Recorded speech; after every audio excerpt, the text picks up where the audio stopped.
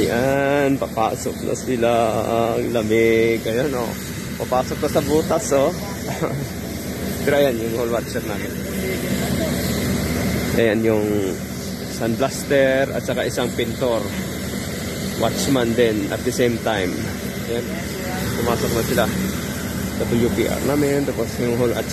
Tara, tignan natin sa loob. Ano ginagawa nila. Meron tayong mga ano rito, signages. Mga babala. Ayun sa loob. Sa loob ng tangke. Yan.